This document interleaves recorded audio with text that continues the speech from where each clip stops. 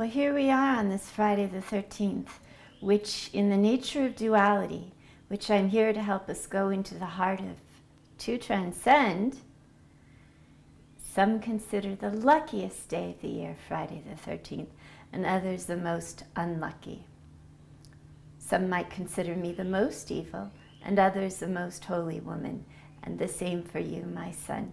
So today, on this Friday the 13th, we know you're ready to have a voice. Did you know that? You're ready today to have your own voice. Not to be my yes man on a radio show, but to be you, Andrew, a young man who has chosen to serve God and do his own path, figure out his own ways. He wants to embody being a son of God.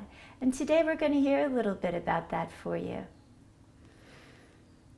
Yeah, I guess I did wake up today feeling like I'm ready to be myself and not kind of leaning on you or clinging to you to tell me how to be or, to orient that way, but to orient from inside. Right. And what does that feel like as a shift? It feels good and also a little bit like the carpet pulled out from under you type of feeling. Uh-huh. Just a little bit of like, I'm not used to it. Mm-hmm. So a little bit of kind of a free fall, Mm-hmm. but it feels good though. Well, coming back to our swimming lesson, remember the quote I gave you? Isn't it about swimming? You don't know, you can't tell if you're flying or falling. Right. So because you have been exonerated, because you continue to wake up every morning and choose to love and serve God, the quote is there a way to tell the difference between flying and falling if there is nothing to crash into? And so because of what I just said, you have nothing to crash into. Your soul cannot crash. You are sealed by your decision to turn away from all that is false and to choose to find only what is true to engage. So you're not going to crash, even if the magic carpet isn't going to fly you for free anymore. That's the old way. What's your true carpet? And how do you make it go if it's not the magic one that Mother's blowing for you? Well, maybe I'll tell a little bit about the feathers I got yesterday. Oh, do. Mm-hmm. So there's a beautiful medicine woman here who has, I've just met, and she's wonderful, and I'm working with her a little bit. And I saw her yesterday morning for some tea before breakfast, and she shared with me that she had 3 feathers sitting on the table, and she shared with me that earlier that morning there had been a bird caught in the door, like this one, in her room, and it was mysterious because there was really no way that the bird could have gotten in there, but she said that she helped the bird by grabbing it and letting it go, and then it left behind these 3 feathers, and she gifted them to me because I think she sensed that they were a gift for me, and she put them in front of me and pointed out that the feather on the right was the mother holding and embracing, and the feather on the left was the father from above holding and embracing, and the one in the middle was my soul, my own soul, my I am that I am. And she also shared with me that that particular feather, the one in the middle, was the one that the bird uses to know which direction to go in. I don't remember what it's called exactly, but the way that it moves through the world, that particular feather actually does that. It's its function. So I guess I would say that my carpet would be that feather, the I am that I am, and in particular, for me, that's in connection with my twin, is where I'm finding my connection to that. So how's that progressing since It's been about 5 days now. Mm-hmm. I'm finding that I can communicate in more of sort of embodied activities. Like if I swim on my own, Mm-hmm. I'm finding that swimming is really a good way to connect with her. Mm-hmm. And so I even get sometimes I hear messages Mm-hmm. through the heart or see pictures that I don't always know how to make sense of, but I know they're from her. Mm-hmm. And so that's happening more Mm-hmm. for on my own. I'm connecting in that way. Mm-hmm. And so one of the reasons it's so important to appreciate the embodied activities is that because of what happened being so frightening, right? You figured out that the other dimensions and the other actual 3D dissociative experiences were embedded in your happy life.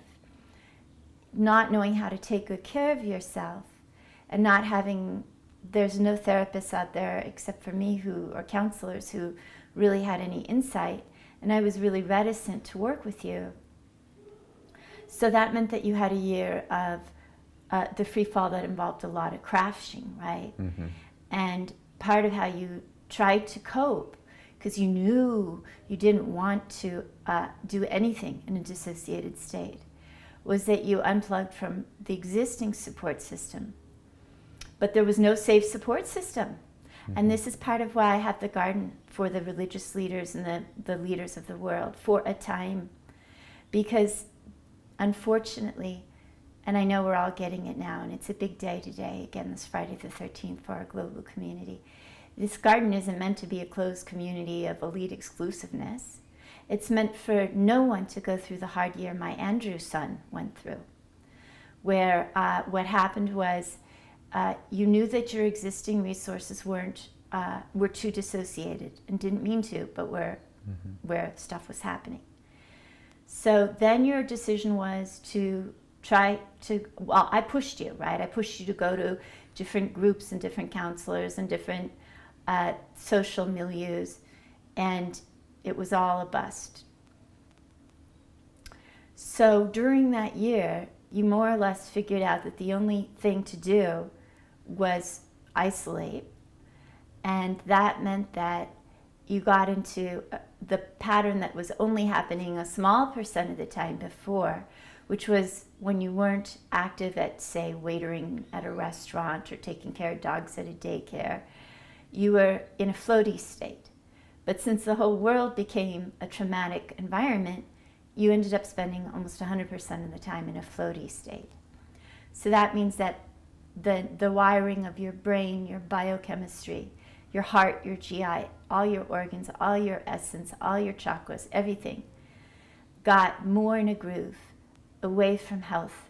But that's because there was nowhere in the world to go for health. Mm-hmm.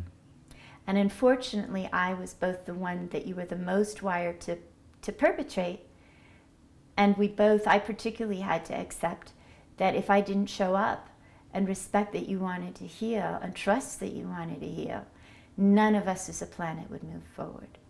And that's how we got to where we are today in the garden.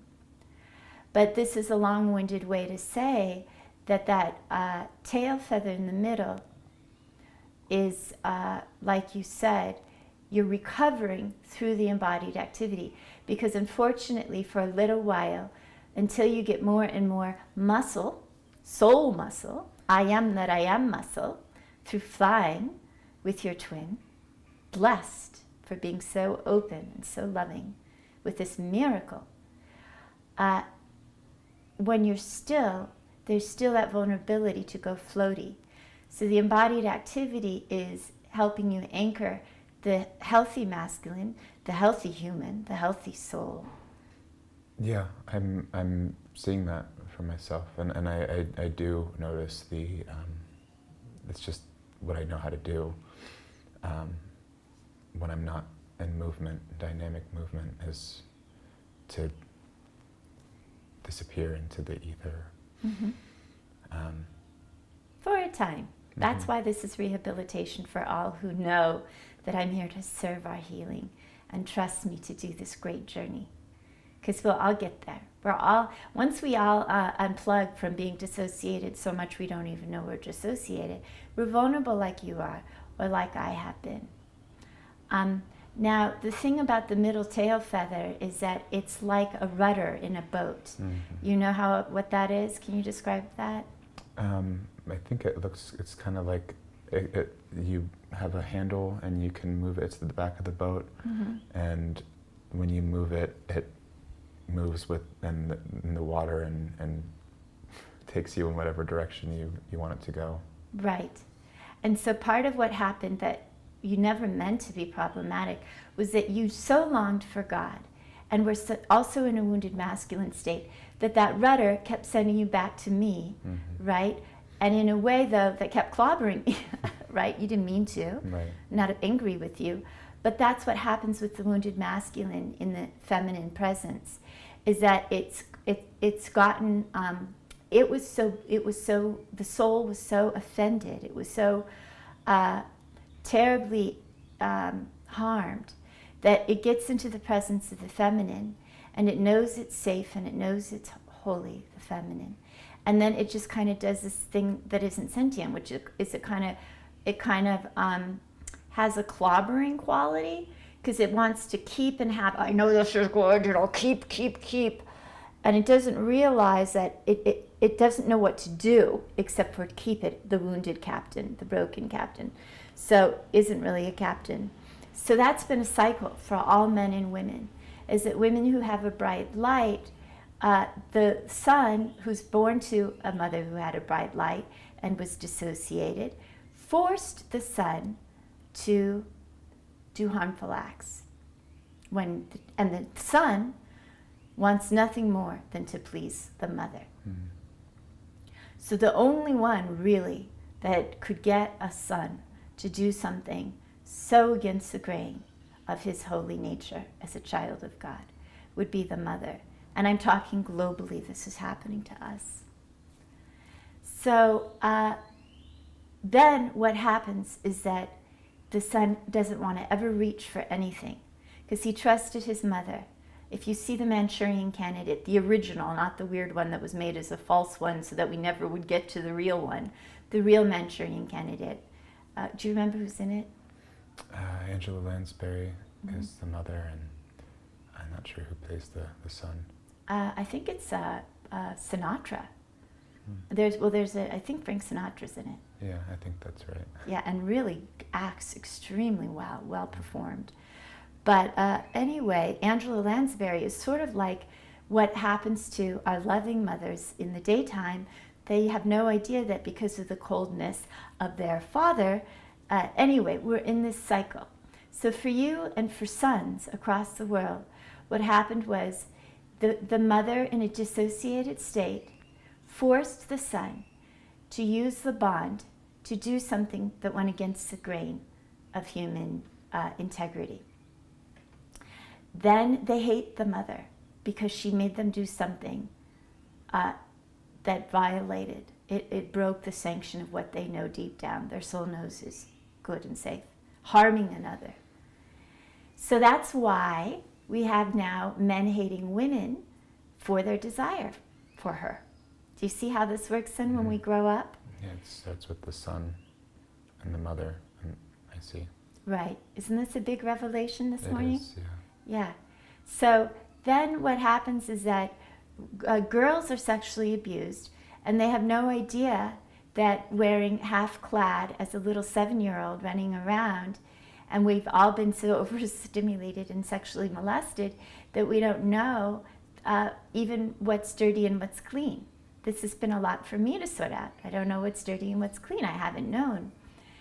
And so then we're in a cycle where the man gets sexually aroused, the woman's doing all her, stuff that she knows to do to make him that way because she was so sexually abused when she was a little girl.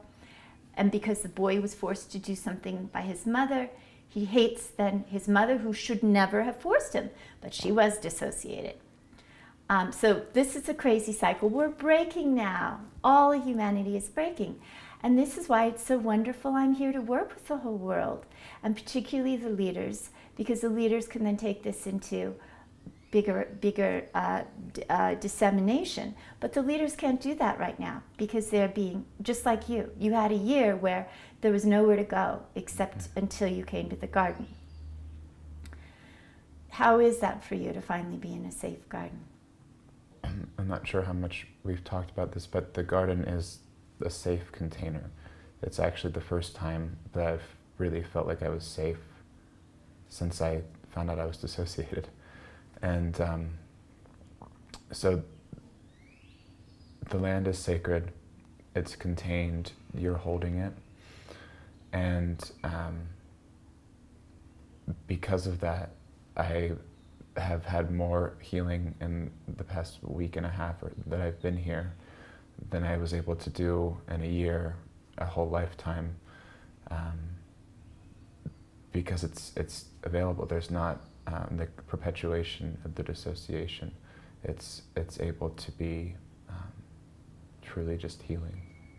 Right, because you knew you were dissociated for a year. That was terrifying. But even when you didn't know what was going on in the housemates and in the homes you had prior, do you have a sense? Would you say that they were safe environments, or what do you know? Not necessarily in memory, but in kind of some self-awareness about how this works in your, Right. Well, now compared when I think back to how I felt day to day, moment to moment, before I even knew any of this, and I thought I was just kind of, living a normal life. There was all this, anxiety and fear and like a ball of just bad feeling, and so much that I didn't even necessarily know how bad it was until I have the perspective now, which is that now I'm in a peaceful state. Now I am becoming sovereign, and I can feel a distinct difference where I'm not a different person in different places. I'm one continuous everywhere I am, and I don't feel like I'm acting or trying to please, or so I guess just before there was just I was unsettled like all the time without even always knowing that I was, except maybe like late at night when I would be so distressed, and I could just kind of pretend that wasn't even really my real self because no one else saw it. So now that me that, would be in the dead of night, and then the rest of the time presenting to everyone like I was okay, and that's not there. Now I'm the peaceful and in the peaceful place. I know there's a lot more healing that needs to happen, that is happening, but I'm not a different person in the daytime, the nighttime, with myself, with others. I'm right. Constant. It's such a gift, Andrea, is when I think back, because this has really been a birthing of the core of your true self. And Shara Ann's arrival is also quite a miracle, very real as far as birthing. And so I think back to you swimming in the swimming pool the first day. And now when I look in your face, that's your dear face. I see the integrated Andrea. And so the first time I saw that face peek out at me was in the pool the first day, where you didn't know how to swim in a way that wasn't, mixed up. Mm-hmm. And so here you are now, and you talk about needing support. Well, I don't know how much support you need. I know that friends you need, right? Because your life has been pretty empty this year, and it's not appropriate for me to be a friend in that way. We're the universal friend, but not a one-on-one hangout and have, pizza pie. So it's beautiful to see that your face holds the integration. And I'm going to tell you what I know, that over the next 8 weeks, this integration is going to become solid like a rock. And I remember when I was in India and I was really struggling with what the right thing was to do in relationship with you. And I woke up to this reflection, just because he isn't a builder doesn't mean he can't be the rock. Because those of us who are going into the Shambhala community, right, I've talked about this before, we've done lifetimes and lifetimes, right. And your passion is the bread of life and nature and all kinds of wonderful and holy contributions. So I remember that when I heard that, I knew it was really right and that it would be safe to go back into the environment and do some counseling. It was painful, it was traumatic, the world was traumatized, frightened. Were you the perpetrator? Who was frightening? Was I okay? Am I out of my mind? What's happening here?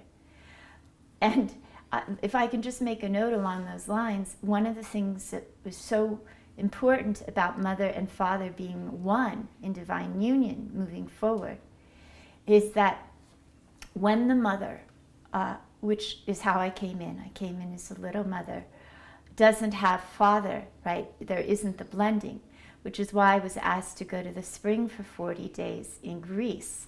It was meant to happen then, but because we're also mixed up as a planet, it's rather funny that what happened is I was able to go 11 days and I was sleeping by the spring and, trying to commune with the spring. But there were these Russians that were spying on me, and then I found a church, and then there were these French, and they'd see me kneeling and kneel. And I didn't know that all this time everybody wondered if I was the one, because since I was 2 years old, there was started to be, for people who know how to follow divine indications, that I might be.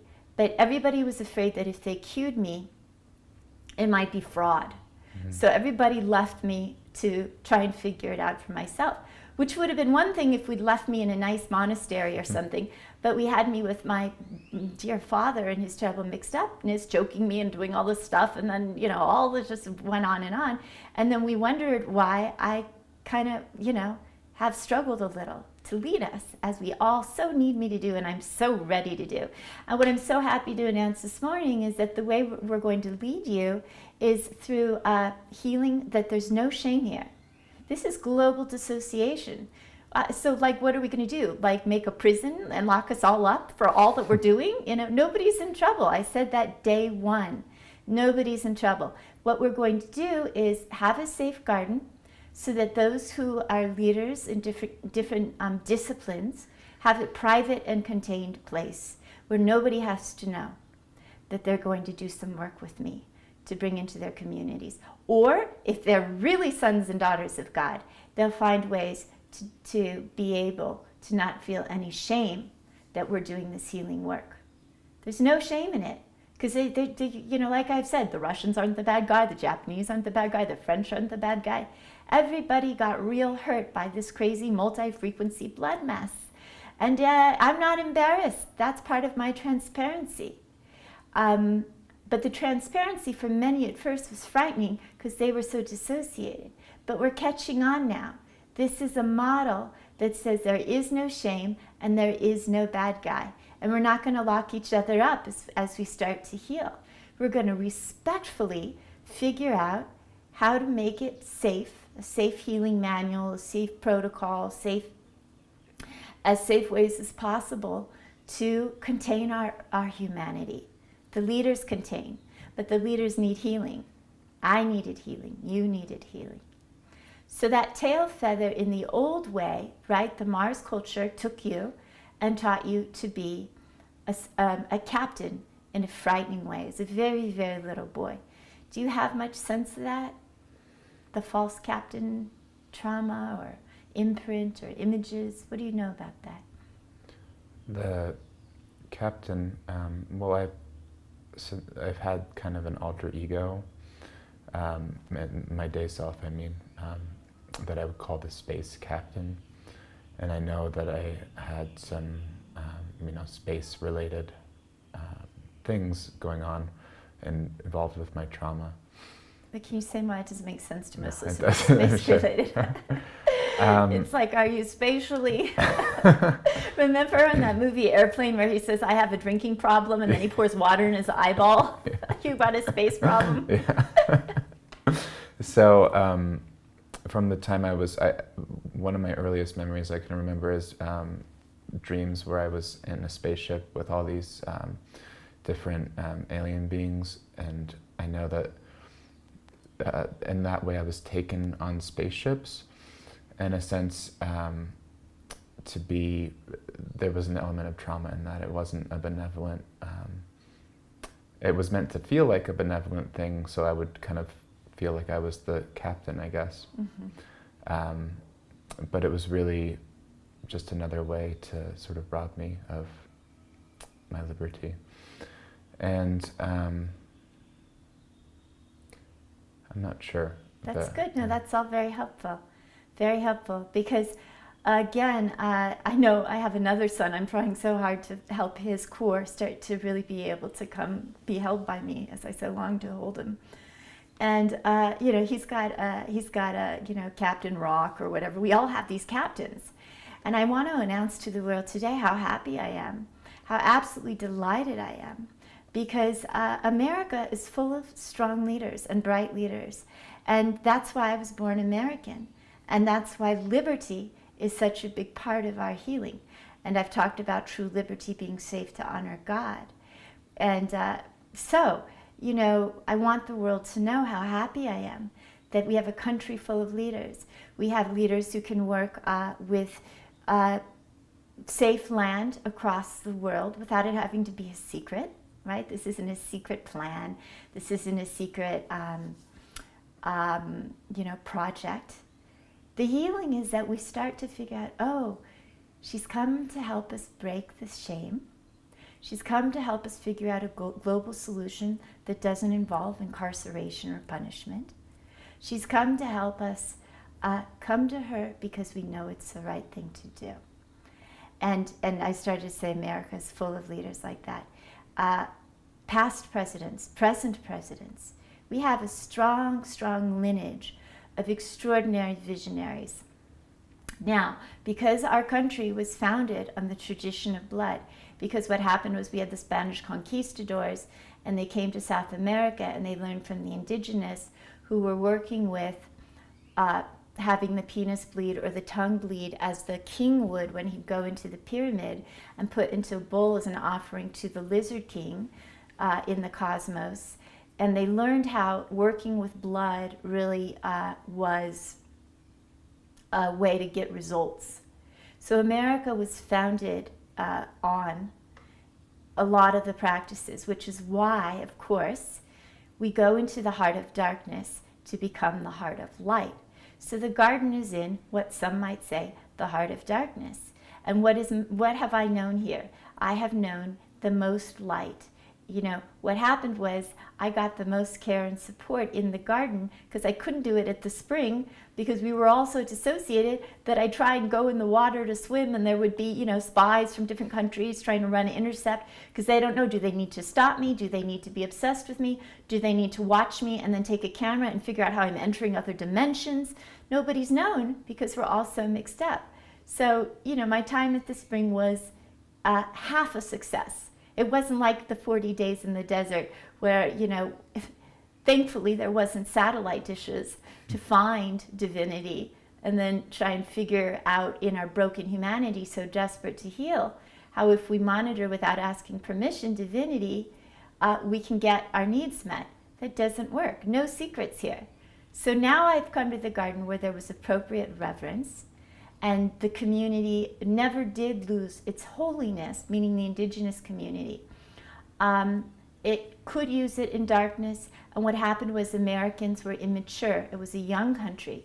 So when it received all the secrets of the indigenous, it did it in an immature way. So quantum entanglement and using blood and sacrifice were secrets that were founding cornerstones of my country. And it's not only America. What I'm saying is America has the resilience, the liberty, the brilliance, and the visionaries to lead us and sort this out, as well as the religious leaders I have every intention of holding in safe and sacred ways. So we have good captains. We have excellent captains in our country, true captains. captains who are in rehabilitation on a soul level and being helped 24/7 by angels and ascended masters in the Christed presence, the I am, that is God. So we have nothing to fear and everything to hope for. And I think part of why there's been a lot of stuck energy as I've been trying to reach out these past 10 months is that we haven't known if we had anything to hope for. We as a world weren't sure how this could go in a direction that wasn't going to be devastating. And the only devastation is if we kept trying to keep the secrets. Now, I'm not saying let's swing off the chandeliers. I haven't exposed what you've been through. I've held that in confidence because I don't want to frighten anybody. But I also know that we can, with respect for me, I know we're going to start to come forward now. I can actually feel us starting to tiptoe into my hearts in a way that says, yes, now I'm not going to secretly run intercept while you're trying to pray at a spring. And I mean, there was even one point I had a bunch of Asian children who were taken on a bus and they were marched down to this remote spot and everybody marched past me as if they weren't looking. And it was also surreal. And it's been a very surreal 44 years to have a whole world watching me, but nobody knowing how to acknowledge me.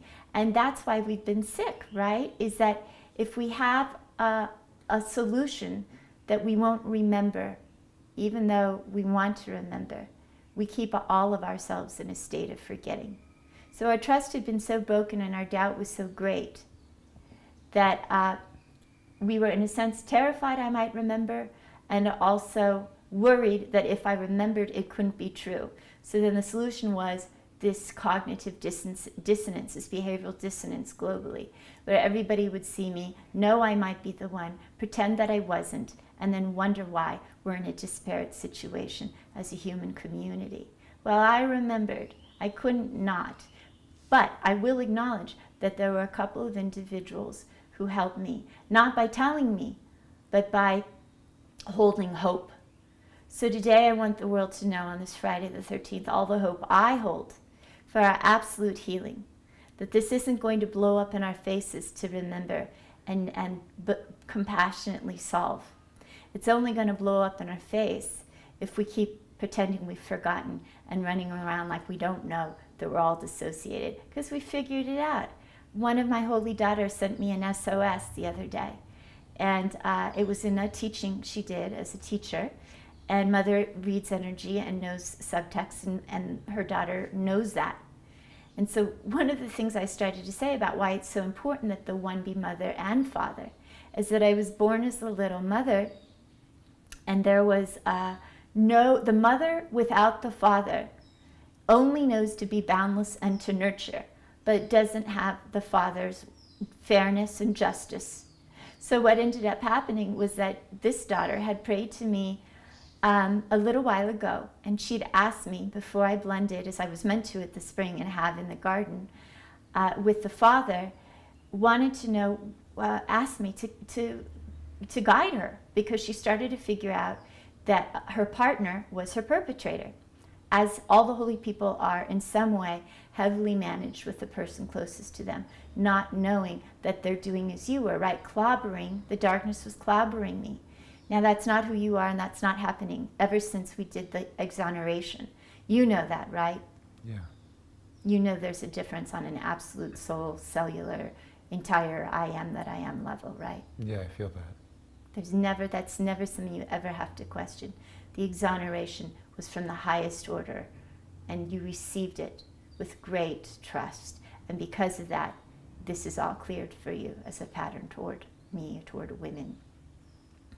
So anyway, this daughter had prayed, and because I hadn't blended, and so it was the mother energy, I was like, well, maybe, he wants to come with you into the garden, maybe, because I want to help everybody. The mother without the father doesn't know, doesn't have fairness and justice in her tool chest.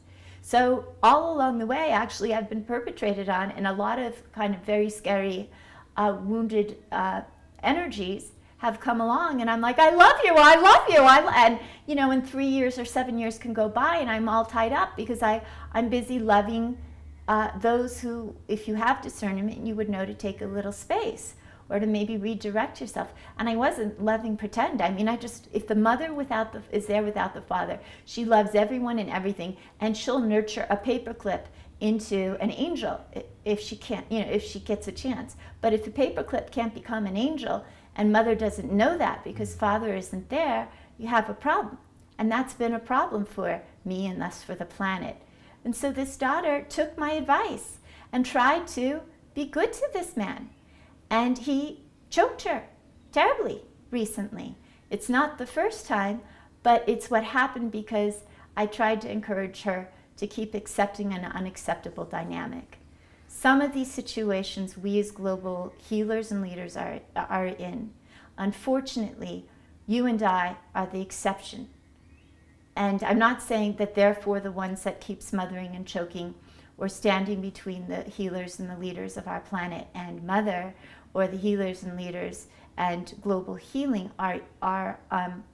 they can rehabilitate, but they can't rehabilitate when the fixation to perpetrate on that holy person the cycle can't be broken. Their instincts from the curse of blood and from the trauma are too great, and they don't have enough resilience at this point to stop perpetrating. So this is why the garden is important. That daughter needs to be in this garden contained, and so do many others. Now, I know that I don't have to go do some kind of crazy ongoing process of campaigning for the billions of dollars for the Sacred Land Act, because I believe in all of you, and I can feel that the shift is happening, and we're going to slowly start to do the right thing with dignity.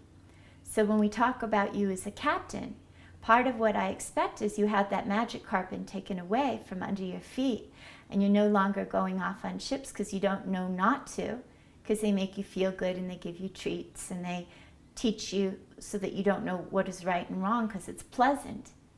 What I expect is that you're going to start to know over these next 8 weeks of furthered cementing of the integrated state what it means to have that tail feather guide you to the right and to the left, so that it's not that this wounded bird keeps flying in the face of divinity so that she can't catch her breath, because the trachea is blocked by the wings that are flapping desperately here, coming in my mouth and then just flapping, and then, how do I breathe? Now you know you're going to fly out. You're going to be the white dove of peace, and you're going to know what that is. I have been told some things about what it is, and it's wonderful, and it involves others who are really excited to do good and constructive service.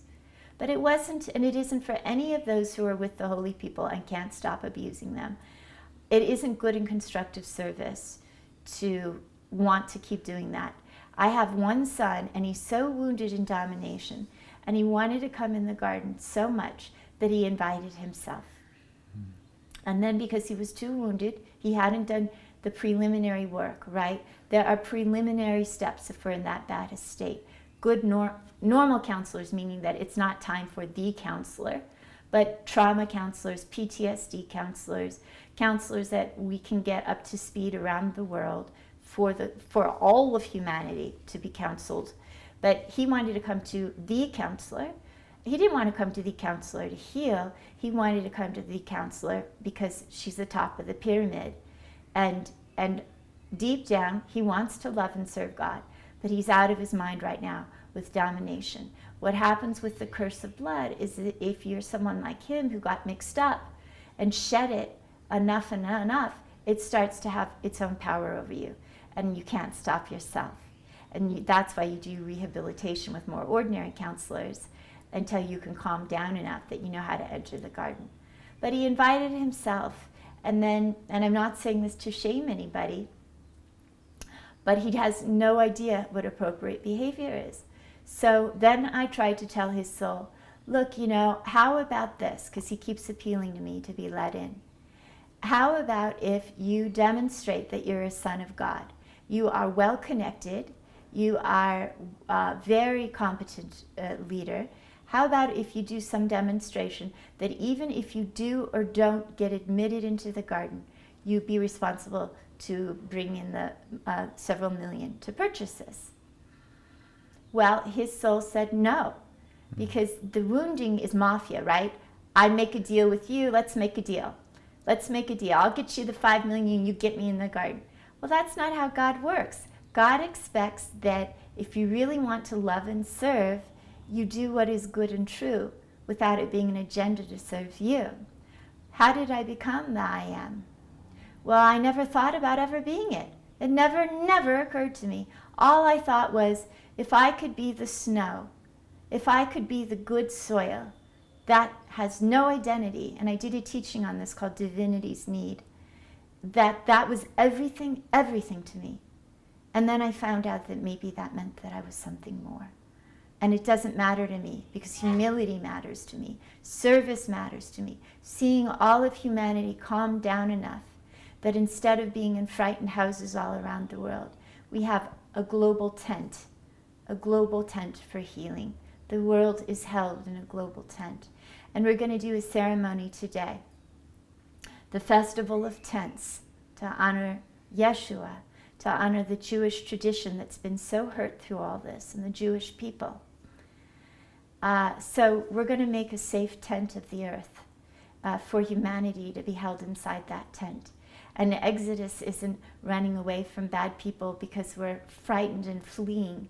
It's saying to the man who can't stop choking my daughter, no, I know you want to be with me, but I need to go attend to my own coming out of dissociation so I can be safe. And you can work with the counselor out there for the more basics of how to behave, not just as a son of God, but as a decent human being, just like the one who wanted to make a deal. He needs to learn how to be a decent human being. He's got a buddy. I asked the buddy if he could provide a Donna for 1 month of accommodation while I was here.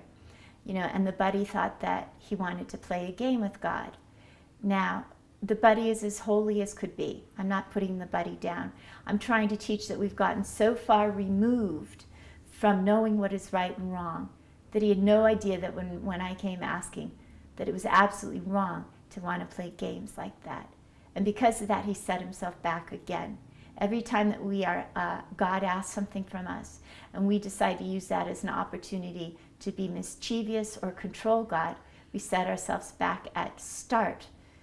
On Candyland, how you get to go up to the snow mountain.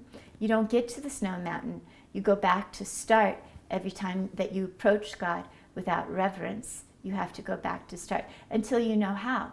Well, who am I? The I am is the heart of heaven.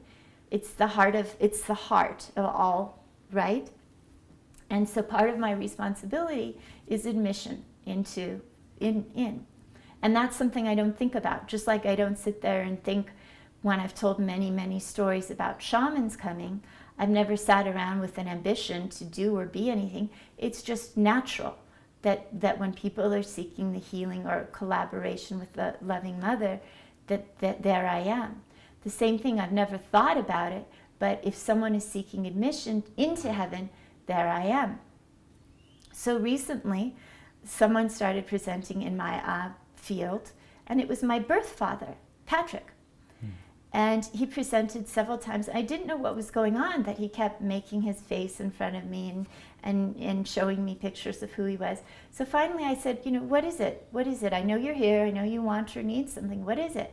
And he said, here I have to get.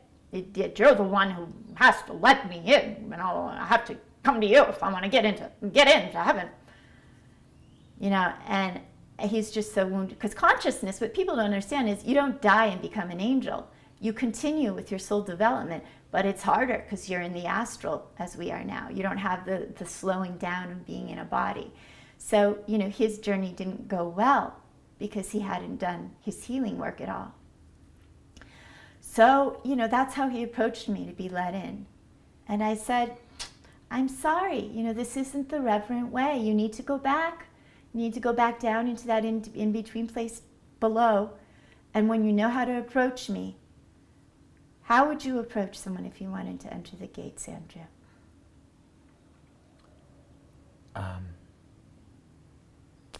With humility, with reverence, without expecting anything.